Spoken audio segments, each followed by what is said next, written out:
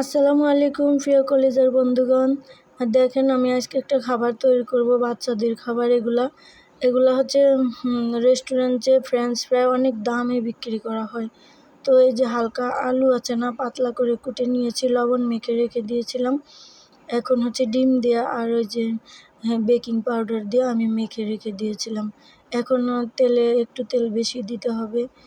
তো ভেজে নিব, চুলার আঁচ একটু কমিয়ে দিব যাতে করে সিদ্ধ হয়ে যায়, ভিতরে কাঁচা না থাকে, ধৈর্য ধরে একটু লাল লাল হয়ে যাবে আর এটা ভাজাও হয়ে যাবে। আর এটা খেতে অনেক মজা হয়। এটা হচ্ছে সস বা বিট লবণ দিয়ে এটা খাওয়া যায়। আমি দেখেন এরকম করে কয়েক ধাপে আমি ভেজে নিব। এটা বড়রাও খেতে পারে, ছোটরাও। এমনিতেই আলু লাল লাল করে ভেজে নিলে কিন্তু খেতে অনেক মজা হয়। আলুর দিনে, এখন তো আলুর অনেক দাম, যখন আলুর দিন থাকে, যখন আলু ক্ষেত থেকে উঠায় তখন নরম থাকে, তখন হালকা করে তেলের ভিতর দিলেই ভাজা হয়ে যায়। আমাদের দেশে অবশ্য আলুর চাষ হয় না, কোথায় হয় জানি না। তো আলু আমি ছোট থেকে এরকম করে খাই। এরকম করে খাইলে আলু সহ্য করতে পারলে গ্যাসের সমস্যা হয় না। আর সবাই আবার খাইতে পারে না, যাদের গ্যাসের সমস্যা তারা খেতে পারে না। আমি পারি, আমার কোনো গ্যাসের সমস্যা নেই, আমি সব খাবারই খেতে পারি। আর সারা বছরও আমি একটা গ্যাসের ওষুধ খাই না, কোনো ওষুধই খাই না। আল্লাহ সুস্থতার নিয়ামত দান করেছে। এগুলো আমি এক ধাপে ভেজে নিয়েছি, আরেকটা ফ্রাই প্যানে রেখেছি তেল ঝরানোর জন্য। তেল থাকলে তো আবার খাইতে সমস্যা, এই জন্য। তারপরে আমি আর এক ধাপে ভেজে নিয়েছি। তেল থাকতে আমি 2-3 ধাপে করে ভেজে নিব। অনেকগুলো না হলে তো আমি পাইব না। সবাই তো এটা পছন্দের খাবার, সবাই তো এগুলা খেতে পছন্দ করে। তার জন্য আমি একটা সস বানিয়ে নিয়েছি। এটা গুঁড়ো দুধ দিয়ে আর হচ্ছে টমেটো দিয়ে, চিনি দিয়ে আর হচ্ছে ঘি দিয়ে আমি সুন্দর করে একটা সস বানিয়ে নিয়েছি। সসের ভিডিও আমি দেই নাই, ওটা দিয়ে যখন আমি খাবো তখন আপনারা দেখতে পাবেন। আমি সারা বছর আমি সস টমেটো যখন দাম কম থাকে তখন আমি টমেটো সস বানিয়ে রেখে দিই। কারণ ভাজি যেমন roll, vegetable roll, chicken roll, ওগুলা খেতে গেলে টমেটো সস লাগে, যেমন এগুলা খেতেও টমেটো সস লাগে। টমেটো সস হলে একটু খেতে মজা হয়।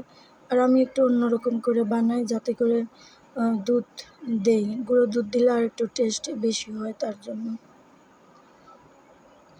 এখন আমার ভাজা আমি আর এক ধাপে দিব, এই তেলের ভিতর দিয়ে নিব। লাস্টে তেলটা ছেঁকে নিব, ফেলে দিব না। ছাঁকনির উপর ছেঁকলে তেল কিন্তু অন্য কাজে ব্যবহার করা যাবে, যেমন রান্নাবান্না, ভাজাতে।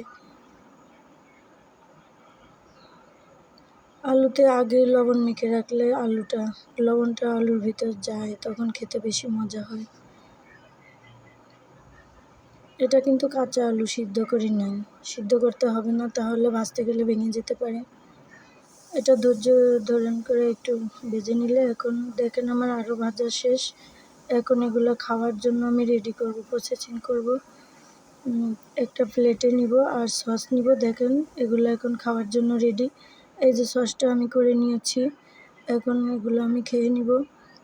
এগুলো খেতেও অসাধারণ, খুব মজা, মাশাআল্লাহ মাশাআল্লাহ। এগুলাই অনেক দামে রেস্টুরেন্টে খেতে হয়। ঢাকা ইউনিভার্সিটির ভিতরে অল্প কিছু দেয়, একটু সস দেয়, তাও হচ্ছে 50 টাকা। তাছাড়া সব রেস্টুরেন্টে ফ্রেঞ্চ ফ্রাই থাকে হচ্ছে। আমাদের সাভার সিটি সেন্টার 4তলা রেস্টুরেন্ট আছে, ওখানেও বাচ্চাদেরকে নিয়ে অনেক মানুষ যায়, শপিং করে, লাস্টে গিয়ে ওখানে খাওয়া দাওয়া করে। তো অনেক অনেক খাবারের দাম। স্যান্ডউইচ একবার আমি খেয়েছিলাম, তো খাওয়ার পর আন্টি, জেরিন আন্টি আর হ্যাপি আন্টি, আমি 3 জনে গিয়েছিলাম। তো ফ্রেঞ্চ ফ্রাই আমার সবথেকে বেশি প্রিয়, ফ্রেঞ্চ ফ্রাই। তা ওনারা বলছিল, আন্টি বলছিল না স্যান্ডউইচ খেতে হবে। স্যান্ডউইচ হ্যাঁ, আমরা বাঙালি খাবার খাই, এগুলো খাইতে পারি না। সে ডিম একটা হালকা করে ভাজি, কাঁচা কাঁচা ছিল। আর যে কী অবস্থা, আমি একদমই খাইতে পারি না।